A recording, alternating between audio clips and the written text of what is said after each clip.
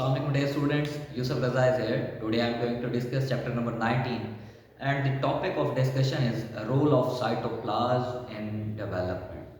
हमने ये चीज़ देखनी है कि साइटोप्लाज्म बेसिकली कौन सा ऐसा रोल परफॉर्म करता है डेवलपमेंट के प्रोसेस के दौरान कि मुख्तलिफ जो प्रोसेसेस डेवलपमेंट के प्रोसेस के दौरान हो रहे होते हैं, मुख्तलिफ जो स्टेजेस जो है कवर अप हो रही होती हैं, उनमें साइटोप्लाज्म ने किस तरह से अपने रोल को जो है परफॉर्म करना है। तो अगर साइटोप्लाज्म के बारे में देखा जाए तो साइटोप्लाज्म के बारे में ये कहा जाता है कि साइटोप्लाज्म में बेसिकली कुछ मार्फोजेनेटिक डिटर्मिनेंट्स मौजूद होते हैं। पड़े वो मार्फोजेनेटिक डिटर्मिनेंट्स डिटरमाइन करते हैं मॉर्फोलॉजी को, कोई ख़ास किस्म के स्ट्रक्चर्स की डेवलपमेंट को। तो मुख्तलिफ मार्फोजेनेटिक डिटर्मिनेंट्स जो कि साइटोप्लाज्म के अंदर मौजूद हैं पड़े, वो बेसिकली जिस टाइम एक एम्ब्रियो मौजूद है, एम्ब्रियो में डिवीजन जो है वो हो रही है, अल्टीमेटली बहुत सारे ब्लास्टोमेयर सेल्स जो है वो डिवाइड हो रहे हैं, तो मुख्तलिफ साइटोप्लाज्म जो है वो मुख्तलिफ सेल्स के हिस्सों के अंदर आते हैं। डिवीजन के दौरान जब साइटोकाइनेसिस होती है, जब डिवीजन हो रही होती है साइटोप्लाज्म की, जब मुख्तलिफ सेल्स को साइटोप्लाज्म असाइन किया जा रहा होता है, दिया जा रहा होता है, ये चीज़ देखी गई कि उस साइटोप्लाज्म में कुछ ख़ास किस्म के मार्फोजेनेटिक डिटर्मिनेंट्स मौजूद हैं पड़े, जो कि ये डिटरमाइन करते हैं कि फ़लाँ चीज़ इस साइटोप्लाज्म वाले हिस्से ने बनानी है या फ़लाँ चीज़ जो है इस हिस्से ने या इस सेल ने जो है वो डेवलप करनी है।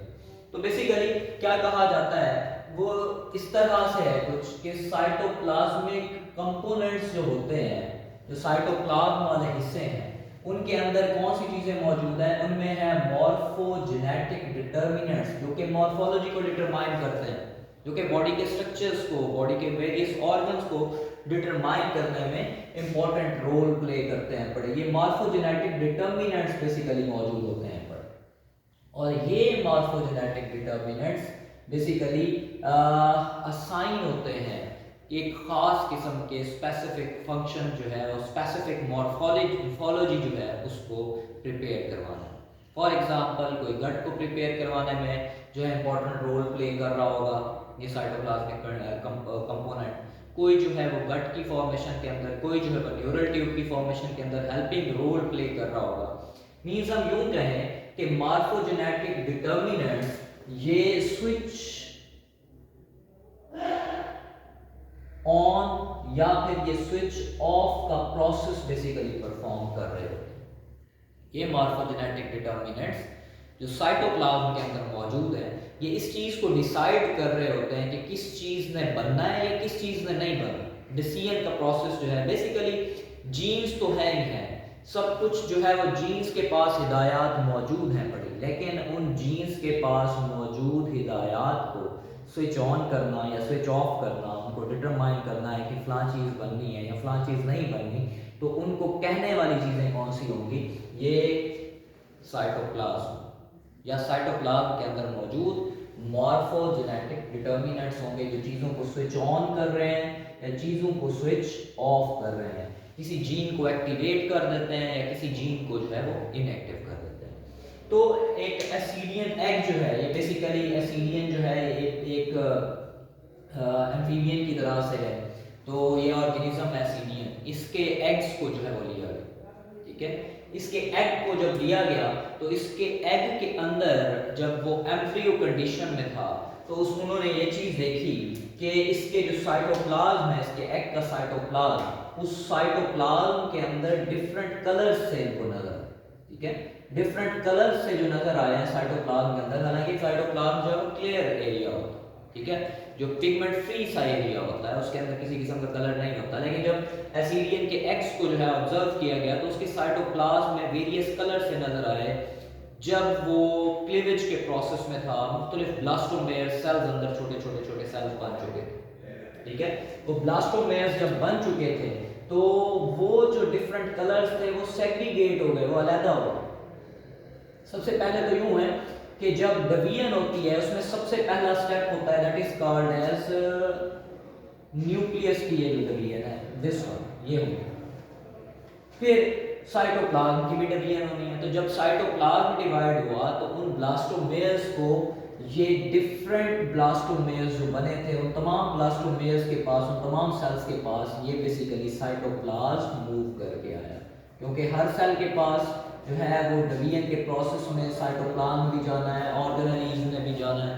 तो जब डिफरेंट ब्लास्टोमेयर्स बने, मुख्तलिफ सेल्स बने, उन तमाम सेल्स के पास साइटोप्लाज्म गया। तो उन तमाम सेल्स के पास जो साइटोप्लाज्म गया, उन साइटोप्लाज्म के जो कलर्स थे वो डिफरेंट थे। ठीक है, उन डिफरेंट कलर्स को जब ऑब्जर्व किया गया तो ये चीज़ देखी गई कि जो क्लियर साइटोप्लाज्म है पड़ा, जो क्लियर वाले जिन जिन सेल्स के अंदर साइटोप्लाज्म था, वो क्लियर वाले साइटोप्लाज्म वाले सेल्स ने अल्टीमेटली बना दिया उस लार्वा की जो एपिडर्मिस थी उसे। इन्होंने किस चीज़ को फॉर्म किया? लार्वल एपिडर्मिस को फॉर्म किया। वो वाले सेल्स ने लार्वल एपिडर्मिस को फॉर्म किया जिनके पास क्लियर साइटोप्लाज्म था। दैट मींस कि साइटोप्लाज्म में कुछ ऐसा है जो कि उनके जीन्स को स्विच ऑन कर रहा है कि वो किस चीज़ को बनाए? एपिडर्मिस को बनाए। हालांकि बहुत सारे सेल्स थे अंदर मौजूद, बहुत सारे सेल्स के पास साइटोप्लाज्म भी था, लेकिन बाकी सेल्स क्यों नहीं इन्वॉल्व हुए? उसकी रीज़न ये थी, उसकी एक्सपेरिमेंटल रीज़न ये थी कि जो क्लियर साइटोप्लाज्म था, दैट मीन्स कि साइटोप्लाज्म के अंदर कुछ ऐसा मौजूद है, कोई ऐसे डिटर्मिनेंट्स मौजूद हैं पड़े जो ये डिसाइड करते हैं कि इस साइटोप्लाज्म में फलां चीज़ को जो है वो फॉर्म करना है। ऐसे ही जब ये येलो साइटोप्लाज्म को देखा गया तो ये लार्वा के वो जो एसिडियन लार्वा था, ये उसके बेसिकली मसल सेल्स को बनवा रही थी। ये मसल सेल्स की डेवलपमेंट के अंदर इंपॉर्टेंट रोल ये प्ले कर रहा था येलो साइटोप्लाज्म।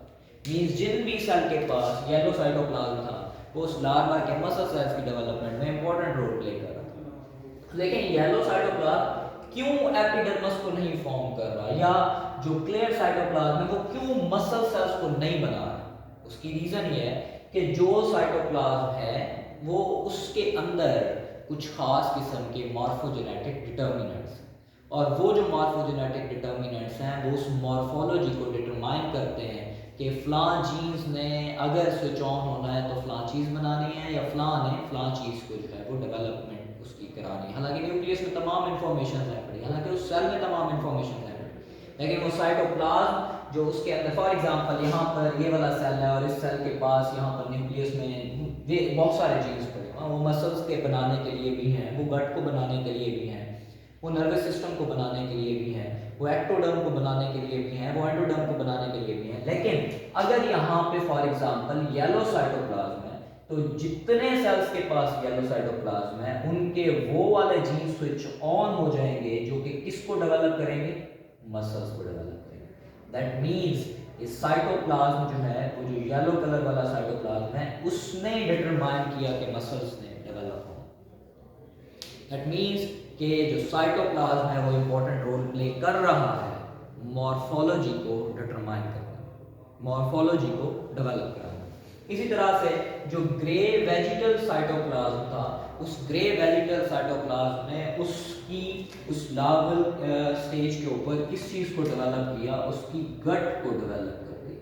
ठीक है, अब जितने भी सेल्स हैं, जितने भी ब्लास्टोमेयर्स बने हैं, उन तमाम ब्लास्टोमेयर्स में वो वाले सेल्स जिनके पास ग्रे वेजिटल साइटोप्लाज्म मौजूद है पड़ा, उन तमाम सेल्स ने किस चीज़ को डेवलप करने में रोल परफॉर्म किया? गट को बनवाना, और इस तरह से गट की फॉर्मेशन होती है।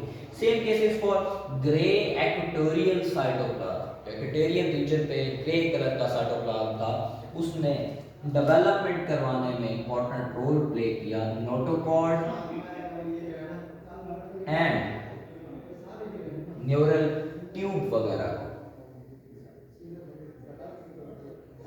न्यूरल ट्यूब की डेवलपमेंट के अंदर इंपॉर्टेंट रोल परफॉर्म किया।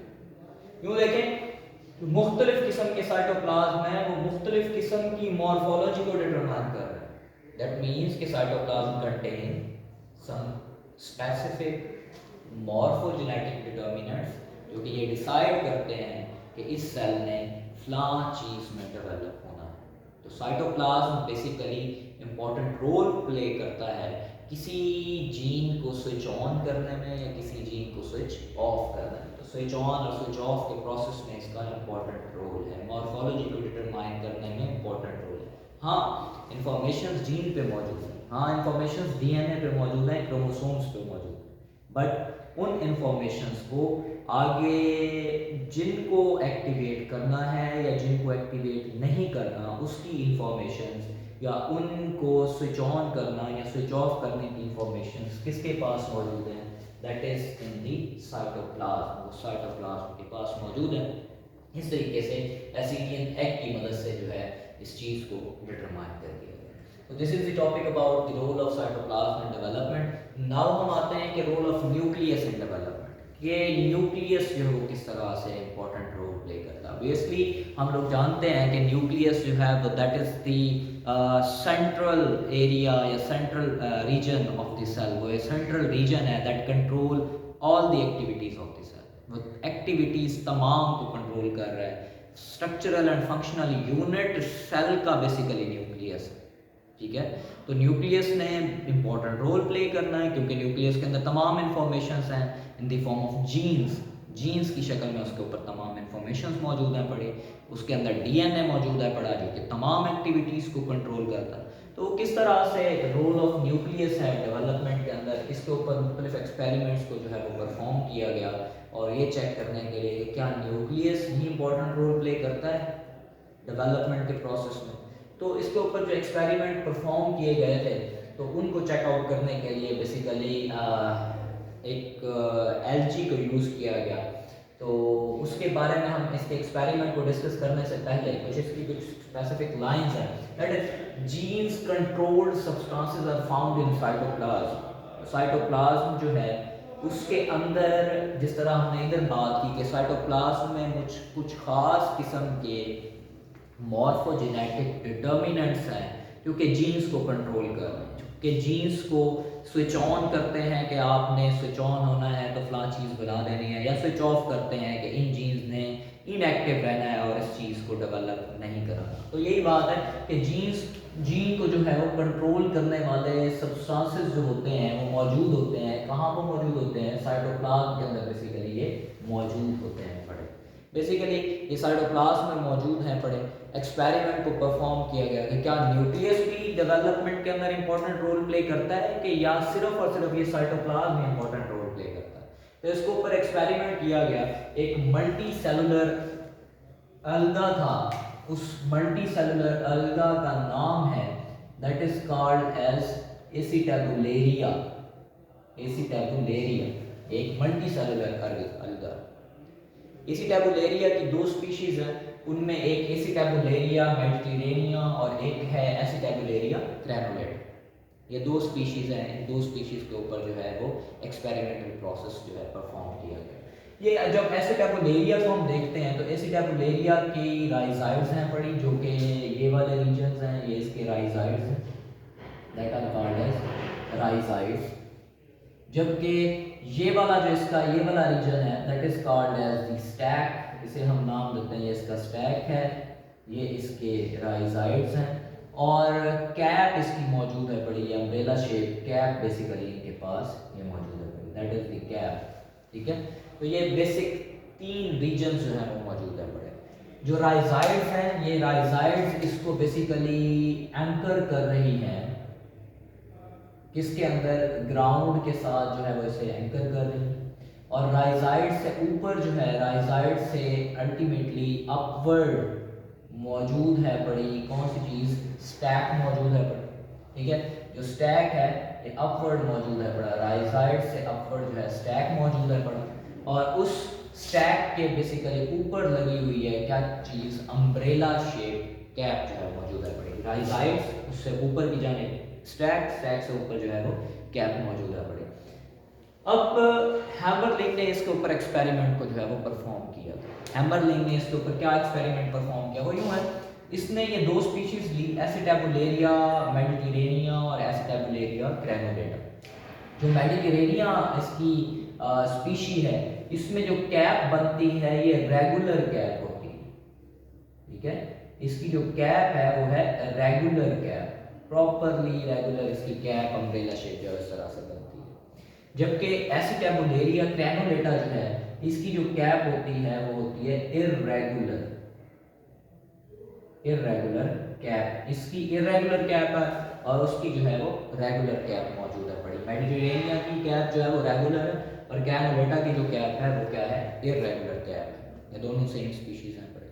अब इनके अंदर बेसिकली इसके ऊपर उसने एक्सपेरिमेंट को जो था वो परफॉर्म किया। उसने ये चीज़ देखी कि ये जो दोनों स्पीशीज हैं, इन दोनों स्पीशीज के अंदर एक फिनोमेना पाया जाता है। वो ये है कि इफ कैप इज रिमूव्ड, अगर हम इसकी कैप इज रिमूव्ड, अगर हम इसकी कैप को जो है वो क्या करते हैं, रिमूव करते हैं, इन दोनों की कैप को हम रिमूव करते हैं, तो इनकी कैप रिमूव करने से ये क्या करते हैं, they can regenerate their cap. ये अपनी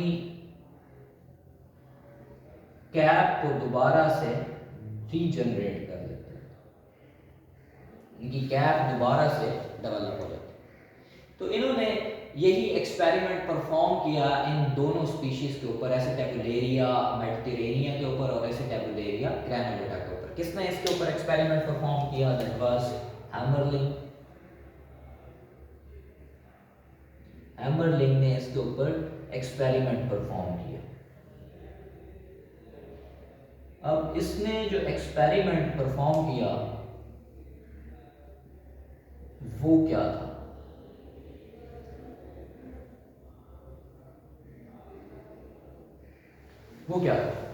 इस एक्सपेरिमेंट में इसने क्या किया, इसने इसके स्टैक के इतने से पीस को रिमूव किया,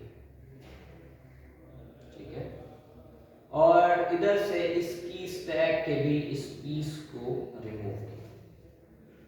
ये दोनों की स्टैक के पीस हमारे पास ये आ, इसकी स्टैक का पीस है ये, ठीक हो गया, ये वाला पीस इसने रिमूव कर दिया, और यहां से इसकी स्टैक का पीस हमारे पास आ गया ये दोनों की स्टैक के पीसेस जो है इसने क्या कर दिए, रिमूव कर दिए।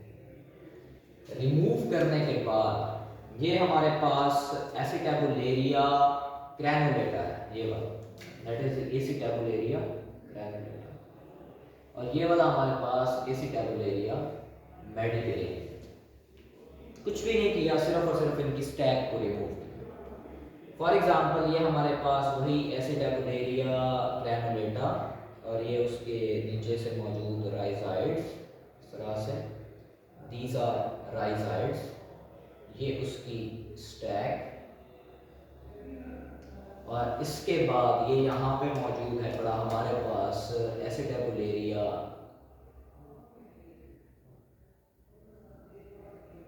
मेडिटेरेनिया, और मेडिटेरेनिया की यही वो राइजाइड, ये और इसका स्टैक। अब देखें इसने किया क्या, एक्सपेरिमेंट क्या परफॉर्म किया, इसने इसकी जो स्टैक रिमूव की थी उस स्टैक को आकर लगा दिया, प्लेस कर दिया इस जगह पे, स्टैक को आकर लगा दिया इसकी इस वाले रीजन के पास, यूं दिस वन, ठीक है। जबकि इसने इसकी जो स्टैक रिमूव की थी, इस स्टैक को इसने उठाया और उठाकर लगा दिया किधर, इसके पास, ठीक है। ये ब्लू कलर में ये स्टैक इसकी इधर आ गई ऐसे। अब स्टैक रिमूव करके यहाँ पे लगा दी।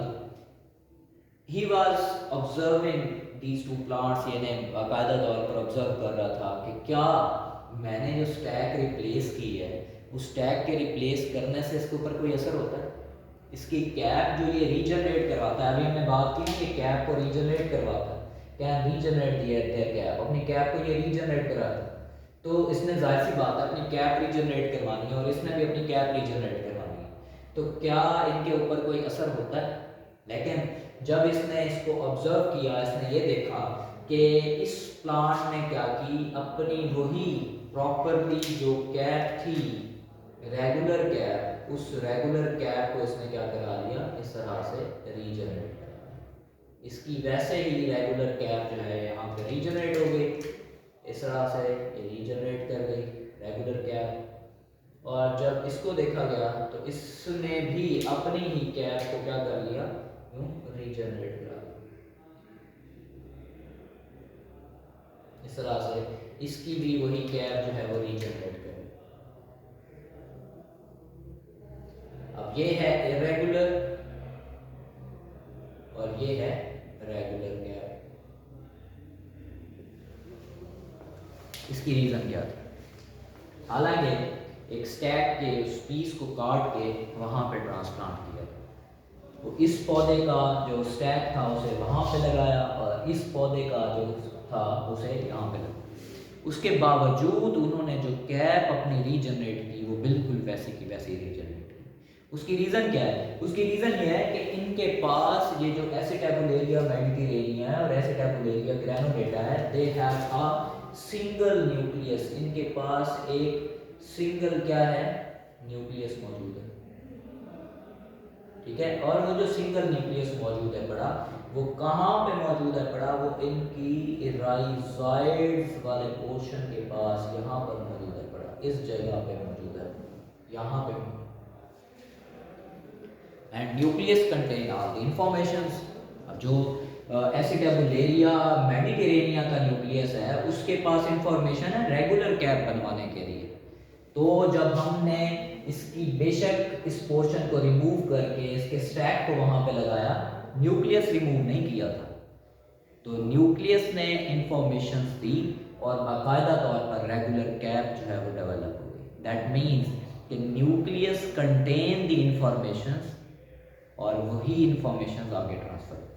ऐसे ही एसिटाबुलेरिया ग्रैनुलेटा जो है इसकी इरेगुलर कैप थी। हालांकि हमने इस स्टैक को उठा के इधर लगाया था, लेकिन उसके बावजूद इसने अपनी ही इरेगुलर कैप को डेवलप किया। दैट मीन्स कि जो इसका न्यूक्लियस नीचे मौजूद था उसने इंफॉर्मेशन दी इरेगुलर कैप की। बेशक साइटोप्लाज्म के अंदर मॉर्फोजेनेटिक डिटर्मिनेंट्स मौजूद होते हैं, साइटोप्लाज्म के अंदर वो मॉर्फोजेनेटिक डिटर्मिनेंट्स तो मौजूद हैं, लेकिन वो उन जीन्स को एक्टिवेट, स्विच ऑन या स्विच ऑफ करने का काम परफॉर्म करते हैं। लेकिन जो असल इंफॉर्मेशन हैं वो कहाँ पे हैं? वो न्यूक्लियस में। These are not present in cytoplasm। वो साइटोप्लाज्म में मौजूद नहीं है। साइटोप्लाज्म सिर्फ उन्हें एक्टिवेट कर रहा है, या स्विच ऑन कर रहा है या स्विच ऑफ कर रहा है। जो इंफॉर्मेशन हैं वो असल किस में है? न्यूक्लियस के अंदर मौजूद है। न्यूक्लियस में जो इंफॉर्मेशन मौजूद हैं बड़ी, उन्हीं ने आगे ट्रांसफर होना है। देखें यहाँ पर न्यूक्लियस इसका नीचे मौजूद था, हमने न्यूक्लियस को कुछ नहीं कहा था, इसकी वजह से इसने अपनी कैप भी इरेगुलरली डेवलप की। हालांकि स्टैक किसका लगा हुआ है? रेगुलर वाला। इसी तरह से इसका न्यूक्लियस नीचे मौजूद है, हमने इसका स्टैक उधर लगा दिया, उसके बावजूद इसने अपनी कैप को डेवलप किया। उसकी वजह क्या है? क्योंकि इसका न्यूक्लियस जो है वो इसके नीचे मौजूद है। So this is the whole story about the role of nucleus in development. Thank you so much. अल्लाह हाफ़िज़।